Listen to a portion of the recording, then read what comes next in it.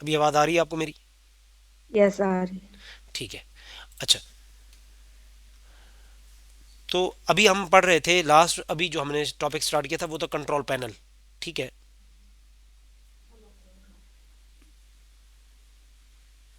ये control panel को हम देख रहे थे। ठीक है, कंट्रोल पैनल ओके। के अंदर हम यूज़र्स को देख रहे थे कि हम यूज़र्स को किस तरह से मैनेज करते हैं। ठीक है, इसके अंदर तो यहाँ जाके add new user in PC setting में जाते हैं, यहाँ पे जाके क्लिक करते हैं तो आप यहाँ पे यूज़र भी ऐड कर सकते हैं। समझ आ गया? ठीक है। अच्छा, उसके अलावा यहाँ पे हम क्या करते हैं, इधर कंट्रोल पैनल में चले जाएं और ज़रूरी क्या चीज़ें हैं। अगर हमारा इंटरनेट जो चल रहा होता है उसको चेक करना हो कि उसकी स्ट्रेंथ क्या है, कंप्यूटर के अंदर कौन सा अडाप्टर चल रहा है कि नहीं। दो पोर्ट्स होती है ना हमारे कंप्यूटर के अंदर इंटरनेट की, जो पीछे से केबल लगती है, एक वो होता है और एक वाईफाई होता है। तो यहाँ पे उसका हमें बता रहा होगा कि अभी इंटरनेट कौन सी पोर्ट के थ्रू चल रहा है। ठीक है, तो अभी ये चल रहा है वाईफाई पे। अब वाईफाई पे गए तो ये हमें बता देगा कि वाईफाई के ऊपर ये कितने सिग्नल्स ले रहा है। ठीक है, डिटेल में चले जाएंगे तो हमें बता देगा उसकी सारी प्रॉपर्टी। ये आगे चल के नेटवर्क वाले टॉपिक्स के अंदर इनको थोड़ा थोड़ा पढ़ेंगे। ठीक है, कि नेटवर्क्स क्या होते हैं और ये इन चीज़ों को थोड़ा पढ़ेंगे, ये अभी एडवांस में आएगा आगे चल के। ठीक है। अच्छा, अगर फ़र्ज़ करें यहाँ पे हमारा नेट सही ना चल रहा हो तो हम इसको डिसेबल करते हैं और फिर इनेबल करते हैं, डिसेबल करके इनेबल करते हैं, तो तब भी चल जाता है। ठीक है। अच्छा, उसके बाद प्रॉपर्टीज़ में जाए यहाँ पे, तो इधर जाके भी आप थोड़ा बहुत चीज़ों को आपको देखना होता है। बाद दफ़ा नेट नहीं चल रहा होता तो इसका मतलब ये होता है कि ये आईपी दी गई होती है, इस वजह से नहीं चल रहा होता। तो आप उसको ऑटोमेटिक कर देते हैं, तब भी चल जाता है।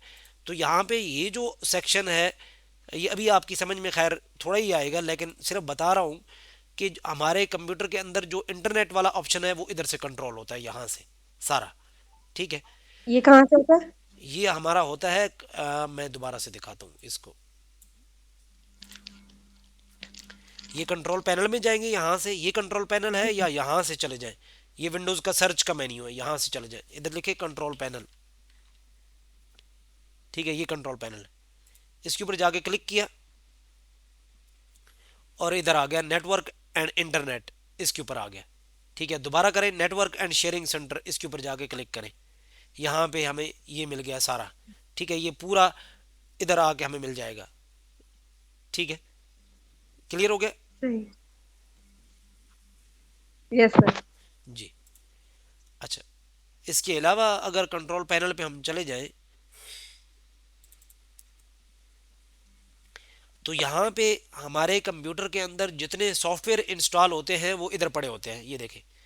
प्रोग्राम्स एंड, इस पे गए कंट्रोल पैनल पे, प्रोग्राम्स के ऊपर जाके क्लिक किया और प्रोग्राम एंड फीचर में गए तो हमारे कंप्यूटर के अंदर जितने सॉफ्टवेयर हमने इंस्टॉल किए होते हैं वो इधर पड़े होते हैं।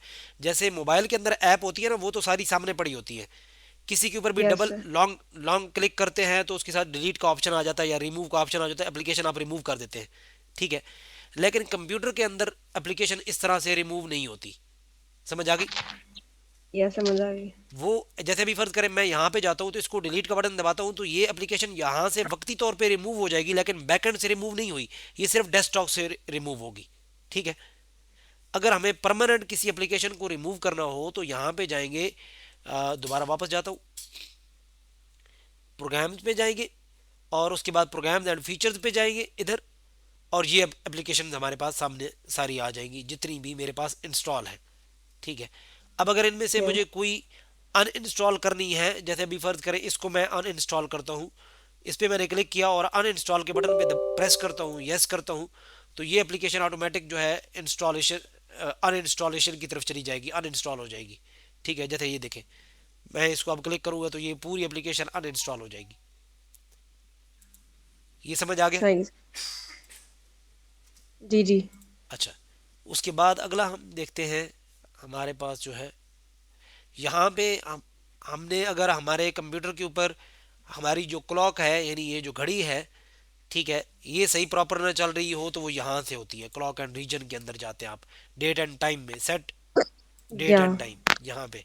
ठीक है। अच्छा, चेंज डेट एंड टाइम, इसके ऊपर जाके क्लिक करें, इधर से भी हो जाएगी ये। ठीक है, या इधर से भी हो जाएगी, इधर जाके एडजस्ट डेट एंड टाइम, इसके ऊपर जाके आप क्लिक करते हैं तब भी हो जाती है। इसके ऊपर क्लिक किया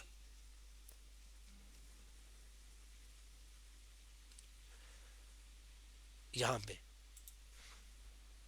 ये। तो यहाँ पे हमने ना अपना जो हमारा पाकिस्तान के अंदर अगर हम बैठे हैं तो सबसे पहला जो ऑप्शन हमने सेलेक्ट करना होता है, हमें अपना टाइम जोन जो है, टाइम जोन जो है वो इस्लामाबाद कराची रखना होता है। यहाँ पे हमारे पास पूरी दुनिया के टाइम जोन आ रहे होते हैं, तो बाद दफ़ा इसके अंदर डिफ़ॉल्ट जो है वो कनाडा का आता है, जो टाइम जोन है, ठीक है।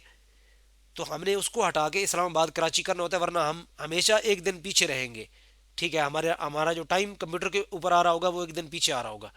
तो उसको दुरुस्त करने के लिए हमें अपना जो टाइम है वो इस्लामाबाद कराची रखना होगा, ठीक है। बाकी अगर इंटरनेट लगा हुआ है तो उसको ऑटो पे रख दें, वो खुद ब खुद इंटरनेट वाला टाइम उठा लेगा यहाँ से, ठीक है। सही। अच्छा, इसके अलावा यहाँ पे हमें कोई और चीज़, अगर कोई और हमने इसके अंदर एप्लीकेशन यानी प्रिंटर हम लाए हैं और प्रिंटर को अपने कंप्यूटर के साथ अटैच करना है, ठीक है। तो हम क्या करते हैं, कंप्यूटर के साथ एक उसकी जो हमारे पास प्रिंटर है उसकी केबल लगाते हैं, प्रिंटर को ऑन करते हैं, ठीक है, और इधर आ जाते हैं हार्डवेयर पे, ठीक है, डिवाइसेस एंड प्रिंटर के ऊपर इधर। तो प्रिंटर मेरा इधर मुझे शो हो जाएगा, जो भी उधर मैंने उसके साथ इंस्टॉल किया है या इंसर्ट की है उसकी केबल, ठीक है, वो यहाँ पे आ जाएगा। जैसे अभी फ़र्ज़ करें यहाँ मेरे पास ये एक प्रिंटर है, ये आ रहा है, ठीक है, HP का लेदर जेट 400, ठीक है, ये मेरे पास इधर आ रहा है। बाकी अब ये प्रिंटर नहीं है, हार्डवेयर वाला प्रिंटर यही है। अब ये ऑन नहीं है, ये ऑन होगा तो यहाँ ये ग्रीन हो जाएगा, ठीक है। तो अगर कोई ड्राइवर यानी कोई प्रिंटर या कोई डिवाइस आपको इंस्टॉल करनी हो तो उसके ड्राइवर आपको इंस्टॉल करने पड़ते हैं, ठीक है। तो जी। ड्राइवर इंस्टॉल करने के लिए आपको सबसे पहले कंप्यूटर का जो है वो क्या देखना होता है, यानी उस हार्डवेयर का, वो जो हार्डवेयर आप इंस्टॉल कर रहे हैं उसके ड्राइवर देखने होते हैं। तो हम जाते हैं इंटरनेट के ऊपर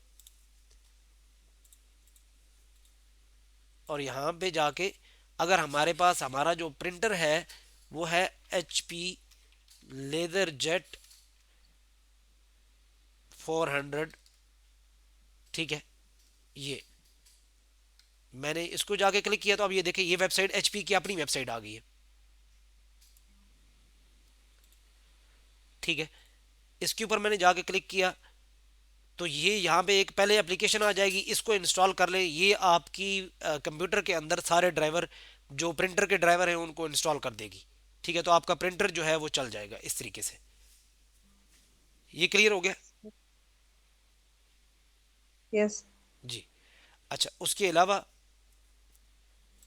ये बेसिक बेसिक जो सेटिंग है ना कंप्यूटर की, ये हर बंदे को तकरीबन समझ आनी चाहिए, क्योंकि हम टाइप भी कर लेते हैं, हम एप्लीकेशन लिख भी लेते हैं, हम CV भी बना लेते हैं, हम सारे काम कर लेते हैं, लेकिन हमें मसला ये आता है कि हम प्रिंटर प्रिंट नहीं निकाल पाते, बाद दफ़ा कोई नई डिवाइस लाएं तो वो इंस्टॉल नहीं कर पाते। तो इन चीज़ों के ऊपर आपने थोड़ा बहुत जो है, अगर प्रैक्टिस ना भी हो तो तब भी आपने कोई वीडियो देख लेनी है ये करते वक्त, लेकिन इनको इनको आपने अपनी नज़र में रखना है कि ये ज़रूरी चीज़ें होती है। किसी भी ऑफिस के अंदर आप जब जॉब के लिए जाएंगे तो ये असेंशियल चीज़ें होती हैं। वहाँ पे छोटे छोटे कामों के लिए फिर आपको लोगों को बताना पड़ता है कि जी मेरा प्रिंटर नहीं चल रहा, मुझे आए लगा दें, मेरा कीबोर्ड नहीं चल रहा, मेरा माउस नहीं चल रहा। तो पूरी कंपनी आपसे इरिटेट हो रही होती है कि ये कोई नौसिखिया आ गया है जिसको कुछ भी नहीं पता कि ये सब चीज़ें कैसे चलती हैं। तो एक office assistant, clerk, data entry operator, उसको ये तकरीबन सारी स्किल्स के ऊपर उसकी ग्रिप होनी चाहिए, ठीक है। उसको ये चीज़ें पता होनी चाहिए कि उसने ये कैसे करनी है, सही। ठीक है। अच्छा, अब हम चलते हैं कि हम अपना अपने कंप्यूटर के अंदर टाइपिंग मास्टर कैसे इंस्टॉल करेंगे, ठीक है। तो जैसे मैंने आपको बताया कि जी कोई भी सॉफ्टवेयर इंस्टॉल करने के लिए या अनइंस्टॉल करने के लिए हमें किधर जाना पड़ता है, बताएं ज़रा मुझे। एप स्टोर, ये जो सेटिंग पे नहीं है, सेटिंग जो हमने करना था, उस पे ठीक है, यहाँ पे हम जाएंगे और लिखेंगे कंट्रोल पैनल। कंट्रोल पैनल पे करना है इंस्टॉल। कंट्रोल पैनल पे गए, उसके बाद किस एप्लीकेशन पे जाना है? प्रोग्राम्स। प्रोग्राम्स पे जाना है, ठीक है, यहाँ पे चले गए। अब किधर जाना है? ये जो डिफॉल्ट प्रोग्राम्स में करना है। ठीक है, नहीं, यहाँ पे हम जाएंगे अनइंस्टॉल अ प्रोग्राम। अनइंस्टॉल करना है। ठीक है। डिफ़ॉल्ट प्रोग्राम्स कौन से होते हैं? डिफ़ॉल्ट प्रोग्राम वो होते हैं जो विंडोज़ जब इंस्टॉल आप करते हैं तो उसके साथ हो के आते हैं, वो आप डिलीट नहीं कर सकते। ठीक है, उनको अन इंस्टॉल नहीं कर सकते। जैसे आप मोबाइल का सॉफ्टवेयर, जैसे ही मोबाइल अपना ऑन करते हो तो एप्लीकेशन कोई भी इंस्टॉल नहीं की होती, लेकिन उसके अंदर फ़ोन की एप्लीकेशन आ रही होती है, मैसेजेस की एप्लीकेशन आ रही होती है ना उसके साथ। ठीक है, जब नया यस मोबाइल आप लेते हैं तो वो समझ लें डिफ़ॉल्ट एप्लीकेशन होती हैं। लेकिन जो थर्ड पार्टी एप्लीकेशन आप करते हैं वो जाके प्ले स्टोर से आप करते हैं, ऐसे ही है। यस। ठीक है, तो जो हम कर सकते हैं वो इधर से करेंगे। प्रोग्राम एंड फीचर में चले जाएं या अन इंस्टॉल प्रोग्राम में चले जाएं। हम अन इंस्टॉल प्रोग्राम में जाते हैं। इधर जाके ऑलरेडी मेरे पास टाइपिंग मास्टर इंस्टॉल है, ये देखें, ये इसको मैं अन इंस्टॉल कर लेता हूँ। ये यस, इसको मैंने क्या किया, अन इंस्टॉल कर अनइंस्टॉल। लिया। यस, ये अब अन इंस्टॉल हो जाएगा।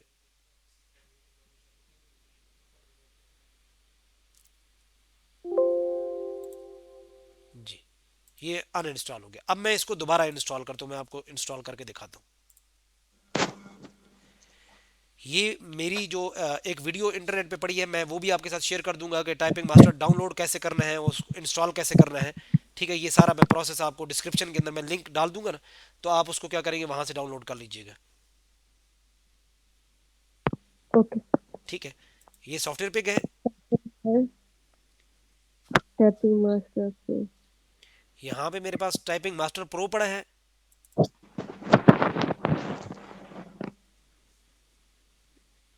आप सुन रहे हैं? Yes yes. जी, उसके बाद टाइपिंग मास्टर प्रो पे चले गए। ये यहाँ पे सॉफ्टवेयर पड़ा हुआ है पूरा। ठीक है, इधर हम चले गए टाइपिंग मास्टर 2010 के ऊपर। इधर जाके मैंने क्लिक किया, डबल क्लिक किया। ठीक है, यस किया, अब ओके किया, तो ये मेरे पास टाइपिंग मास्टर इंस्टॉल होना शुरू हो जाएगा। मैं दोबारा प्रोसेस करूँ इसको, ज़रूरत है? नहीं नहीं, समझ आ गया? जस्ट सुन पे आपसे जब ना आया। ठीक है, नेक्स्ट पे गए, इसको I accept this agreement, next, next, next, next, install, ये इंस्टॉल हो जाएगा। जी, अब मैं इसको लॉन्च करता हूँ, ये लॉन्च भी हो जाएगा, ये सामने आ गया। ये यहाँ पे ये देखें।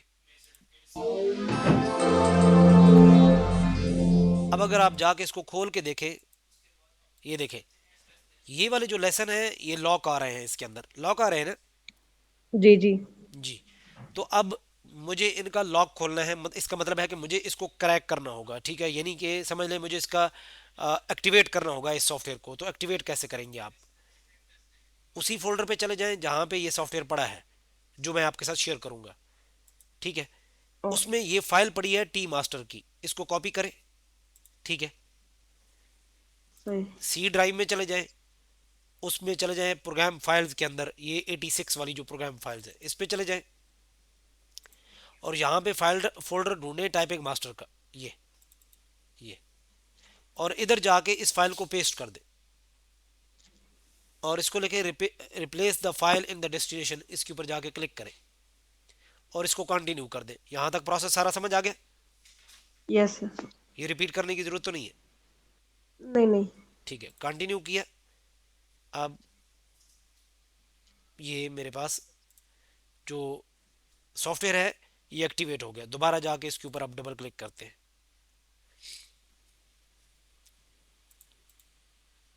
एंटर किया, अब देखें ये। ठीक है, खुल गए सारे लेसन। यस। जी, ठीक है, ये अब हो गए हैं।